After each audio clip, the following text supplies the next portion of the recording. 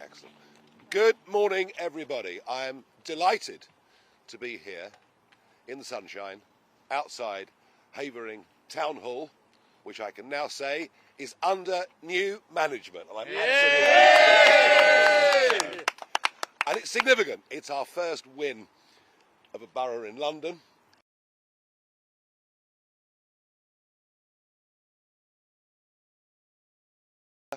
Are being wiped out by reform in many of their most traditional areas, and what you're going to see later on today is the Conservative Party being wiped out in their heartlands like Essex. So London goes a bit against the trend in that the Conservatives and Labour have held up in some of the other boroughs. But I think overall what's happened is a truly historic shift in British politics. We've been so used to thinking about politics in terms of left and right, and yet what Reform are able to do is to win in areas that have always been Conservative, but equally we're proving in a big way we can win in areas that Labour have dominated, frankly, since the end of World War I. At the moment, we're winning 1 in 3 of all the seats that are up, but I genuinely think the best is yet to come. I'm very excited about the North East results, the Yorkshire results, some more to come in the West Midlands.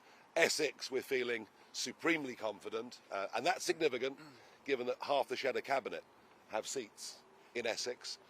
So it's a big, big day. It's a big, big day, not just for our party, but for a complete reshaping of British politics in every way.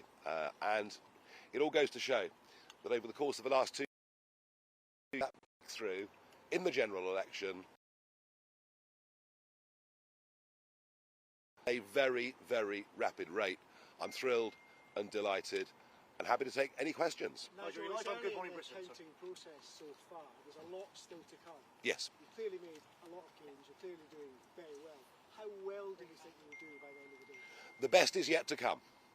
The best is yet to come. I'm very excited about the prospects for us in Sunderland, in Barnsley, in Calderdale, in Wakefield, Cannock Chase, areas like that. And by the way, you know, we took Newcastle under Lyme from the Conservatives, but there are going to be some big, big Labour wins. And perhaps in historic terms, Wales is the biggest of all. You know, Labour have not lost an election in Wales since 1922. I couldn't tell you whether Plaid will be first or we're going to be first, but what I can tell you is it's going to be a tight race between the two. So Wales, historically significant. Nigel, live on Good Morning Britain. A lot of sentiment there. What about the specifics, though? What are you actually going to do for communities, councils up and down the country? Well, we've got a track record now. You know, where we have majority control of the 10 councils we won on May the 1st last year, 1 year in, you know, we can say hand on heart, we've already saved over £300 million, and we've kept our council tax rises lower than any of the other parties running comparable counties. And if you doubt me, the IFS actually yesterday backed that up. So we are delivering value for money. What we're going to do here is, whilst many of these are new to politics, we've also got some old lags. Sorry, Thanks, Keith. pal, yeah. Well, you were the council leader, you know. So we've also got some experience of how to run this place, and we're very excited about the prospects. By the way, we all know that finances of local councils all over the country are severely stretched, and we're not promising miracles, but we are promising good value for money. Do you recognise that this might be a protest vote, though, against Labour and Keir Starmer, and that's why people are coming to Reform when it comes to the general election?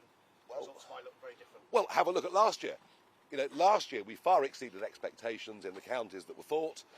You know, it can't continue to be a fluke or a protest vote. I would honestly say you're witnessing an historic shift in British politics.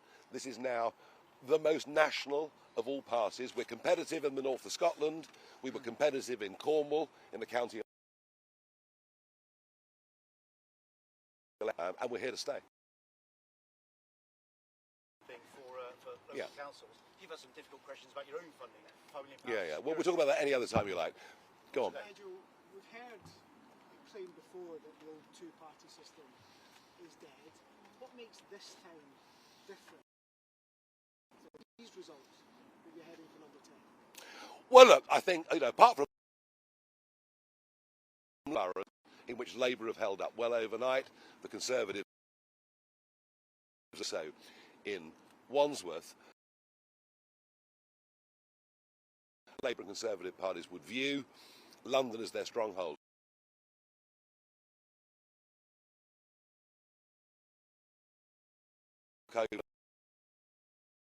Results. Greater Manchester, Tameside being an example, we won all the seats that were up overnight. And one of the big ones I'm looking forward to on Merseyside is, Boris Johnson. What you're going to see today from us goes way, way further than that. And I think what you're seeing, three ways. I think that this set of elections was like our Beecher's Brook. You've got to clear the band safely if you're going to go on and win the Grand National. And a big set of elections between now and the general election, and I think we're in a very good place. And our lead, if you look at our lead over the other parties, it's consistently about 9.5%. You talked about voting reform to get Keir Starmer out. This yes. morning, he said he takes responsibility for the results, but he isn't going anywhere. Do you think that will change over the next few years? I suspect when you see the full results in the Red Wall, there'll be a rebellion. Personally, I'd be very sad to see the Prime Minister go. I would be very, very sad indeed. He's the greatest asset we've got. It's like the Conservatives will win no seats in Havering. What has the result for the Conservatives nationally? And could we be about to see Hexit, Havering leaving London as a result of this? Well, look, as far as Havering, that their association is resented being part of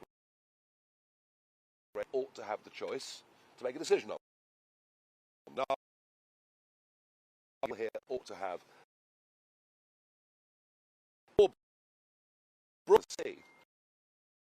as well.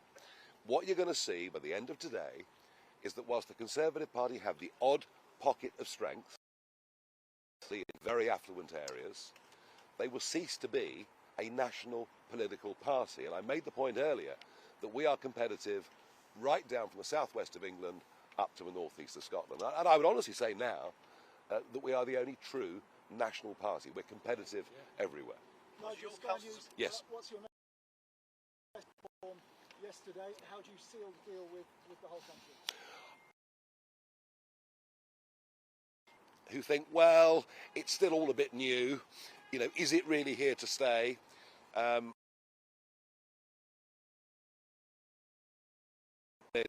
We did it last year, we've done it again this year, and we will go on doing it between now and the next general election. And we are the position reflects where we were in 2024. It does not reflect where we are now. If you want to pass it to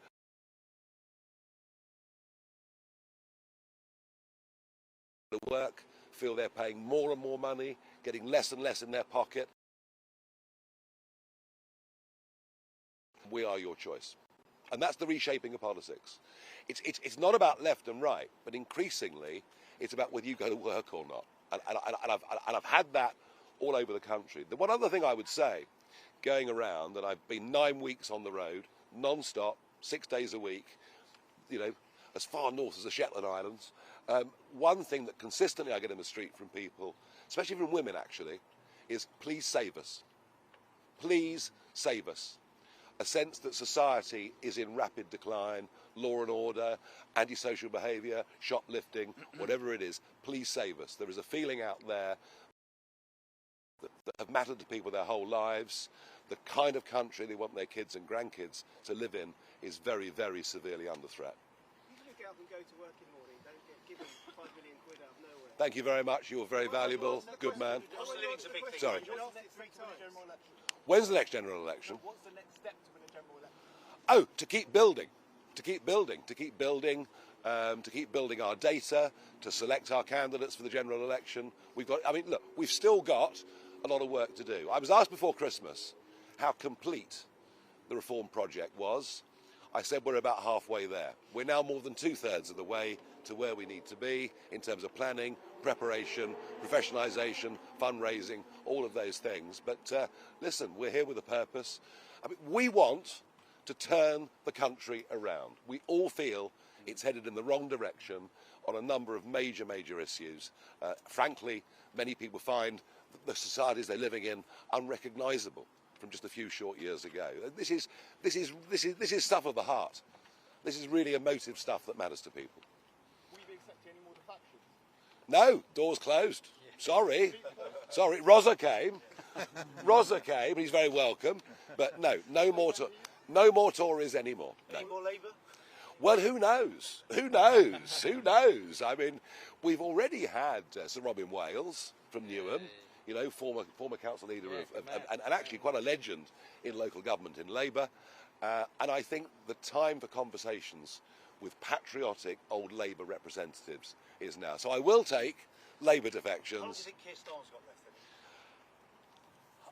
I would suspect that the rumblings are going to start even before the King's speech on the 13th of May.